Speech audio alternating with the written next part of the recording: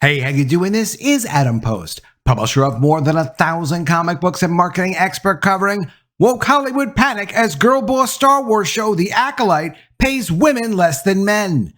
Let's get into the story. Before we do, please be sure you are subscribed to the channel. Click the bell for notifications. Give me a thumbs up. I really appreciate you guys. And I just started up channel memberships. Check them out by clicking the join button right next to the subscribe button. Coming from Forbes, Disney forced to reveal unequal pay on Star Wars show The Acolyte. And also coming from Deadline, this is a completely different situation. Disney's getting sued over pay equity, not paying women as much as they pay men. From Deadline, Disney faces pushback in $300 million pay equity class action lawsuit over allegedly inappropriately withholding documents. Documents filed by Disney have revealed that its latest Star Wars spin-off series, The Acolyte, also known as the lesbian witch Star Wars show, isn't actually a force for equality despite famously featuring a female-centric cast.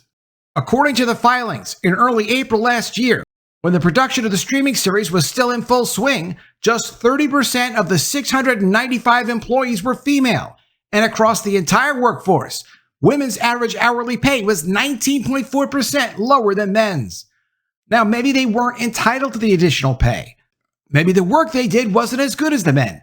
Maybe the men somehow got incentive pay because they either worked longer hours or did a better job.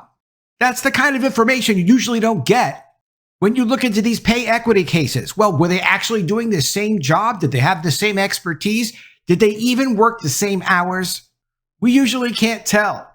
But of course, Disney's getting accused for being hypocritical because they're always pushing progressive agendas, but they can't even pay men and women the same. Black and international actors fill The Acolyte's ranks, leading to it being dubbed the most inclusive and diverse live-action Star Wars project ever.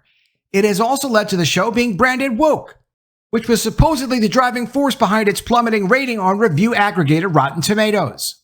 Just a day after the show launched on June 4th, its audience score stood at 50%, but since then there's been a disturbance in the force. 4 of 8 episodes have aired so far on the Disney Plus streaming platform, and the reviews of them have been overwhelmingly negative. So much so that the audience score is now just 14%, giving The Acolyte a lower rating than the critically panned Star Wars The Clone Wars and the notorious 1978 Star Wars Holiday Special. But it's not all just audiences that don't like the show. There are critics that are actually criticizing the show because it wasn't even well put together for what they intended it to be. Keep in mind, while they didn't pay women as much as men on this show, they still had years and millions of dollars to make this show. They weren't forced to make this show. They had the opportunity to make this show and put millions of dollars behind it. Still, it's as if quality control doesn't exist over at Lucasfilm. Here's what Rolling Stone had to say. Quote, most of the pieces are uneven at best, if not simply underwhelming. While USA Today said, The Acolyte is full of logical fallacies, hokey dialogue, and nonsensical plots. The Times of London awarded The Acolyte 2 out of 5 stars, driven by the show's somber expositional dialogue.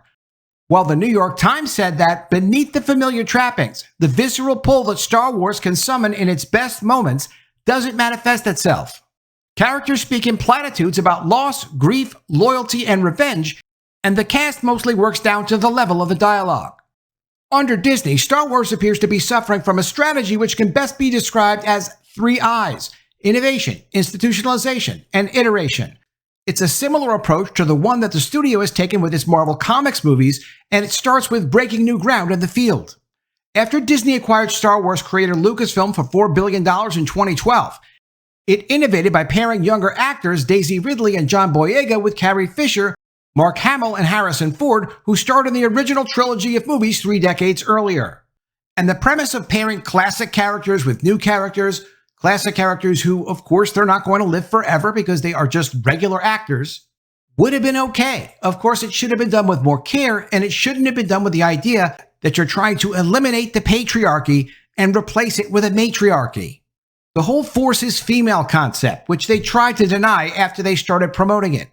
Lucasfilm keeps trying to push that, and no one's buying in.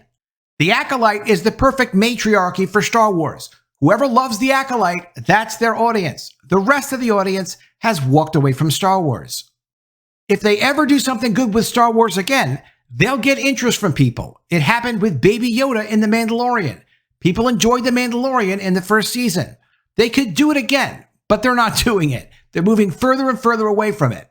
Until Kathleen Kennedy leaves Lucasfilm, The Acolyte is about as good as it's going to get. Disney is trying to wring as much money out of Star Wars as possible.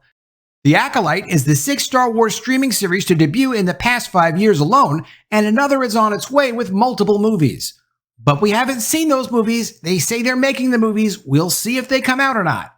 They've announced a lot of movies and then not released a lot of movies. Pre-production of The Acolyte cost $48.5 million. That was more than they spent on the groundwork for Rogue One. Even pre-production costs of the main installments in Disney's Star Wars saga weren't far off The Acolyte. Disney only spent 17% more on pre-production of The Last Jedi in 2017, and that was for a surefire hit thanks to the A-list cast playing characters headlined by Hamill in the iconic role of Luke Skywalker. Spending isn't the only disclosure the UK government requires from studios which film in the country. Any employer with a headcount of 250 people or more is also forced to disclose the difference in pay between men and women on their payroll. Not only does this show that the average hourly pay of women who worked on The Acolyte was 19.4% less than men received, but it was also 13.5% lower when taking the middle number if hourly pay is ranked from highest to lowest. What's more, although men outnumber women in the bottom and the 2 middle hourly pay bands, 53% of the employees in the highest hourly pay band were also male. Inequality has been a hot topic recently for Lucasfilm president Kathleen Kennedy. But not this kind of inequality.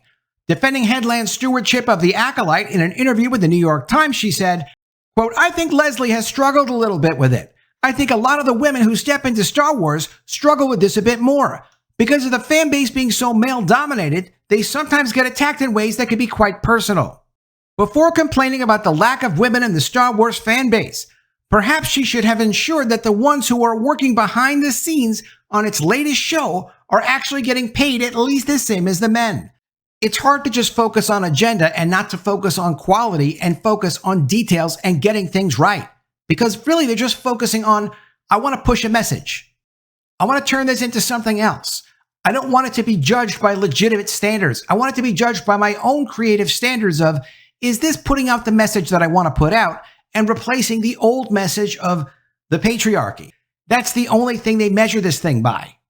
Disney does have employees that know how to make good shows. They're not concerned with making good shows and movies. They're concerned with pushing an agenda, especially over at Lucasfilm. Pixar has turned a corner. They were forced to. It was do or die. For some reason at Lucasfilm, there's no do or die mentality. They're still just focused on pushing the Force is female. But they can't even be bothered to make sure that the women are making as much as the men when they're actually producing the shows. And inside Disney, from Deadline, Disney faces pushback and $300 million pay equity class action over allegedly inappropriately withholding documents. Disney's being sued by a class action group that are claiming that women aren't getting paid as much as men.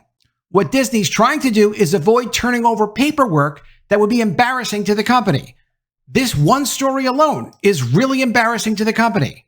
And that's just The Acolyte. This lawsuit started out as a $150 million lawsuit, and now it's looking like the pay equity lawsuit is getting as high as $300 million. In a split decision, an LA Superior Court judge has given Disney a month to articulate why they can't hand over dozens of requested documents in the pay equity class action lawsuit. At the end of the hearing, the judge indicated he agreed with the gist of Disney's assertions on protected and redacted paperwork. Very similar to the last time Disney faced such allegations a few years ago from plaintiffs. However, in terms of 86 specific correspondences, primarily with outside parties, the company will have to provide a justification on why it wants certain paperwork kept out of a 5-year-old matter. Certified as a class action in December 2023, the gender-centric case initiated by Disney staffers LaRonda Rasmussen and Karen Moore in mid-2019 could now include up to 12,000 employees of Disney. Originally anticipated to encompass up to $150 million in lost wages, the case could easily grow to $300 million when all is said and done. A May 5, 2025 starting trial date has been set on the court calendar. Disney may settle this to not have the embarrassment. It also depends how their ruling goes on whether or not they're required to turn over more evidence. less than a year before the estimated trial date starts, and lawyers need time to prepare. They need this information so they can make their case. Disney is still refusing to hand over the documents. Here's what the plaintiffs who are just trying to get their hands on the documents so they can make their case against Disney have to say. Quote, Disney has inappropriately withheld or redacted hundreds of documents on the basis of attorney-client privilege and work product protection. Redacted means they blocked out the information so you can't read it. They can give you the document, but the information is blacked out. So it's effectively the same as them not giving you the document at all. Quote, Disney's formulaic and vague descriptions of why documents were withheld are not sufficient to justify withholding the documents, and the court should issue an order requiring Disney to produce the documents and redacted information, according to the Bay Area-based attorney who's just trying to represent the plaintiff. Let me know what you think of all this in the comments below. Always love to see your ideas. Please be sure you are subscribed to the channel.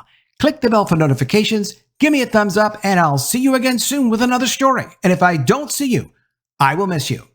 And check out the join button right next to the subscribe button to see what the new channel memberships are all about.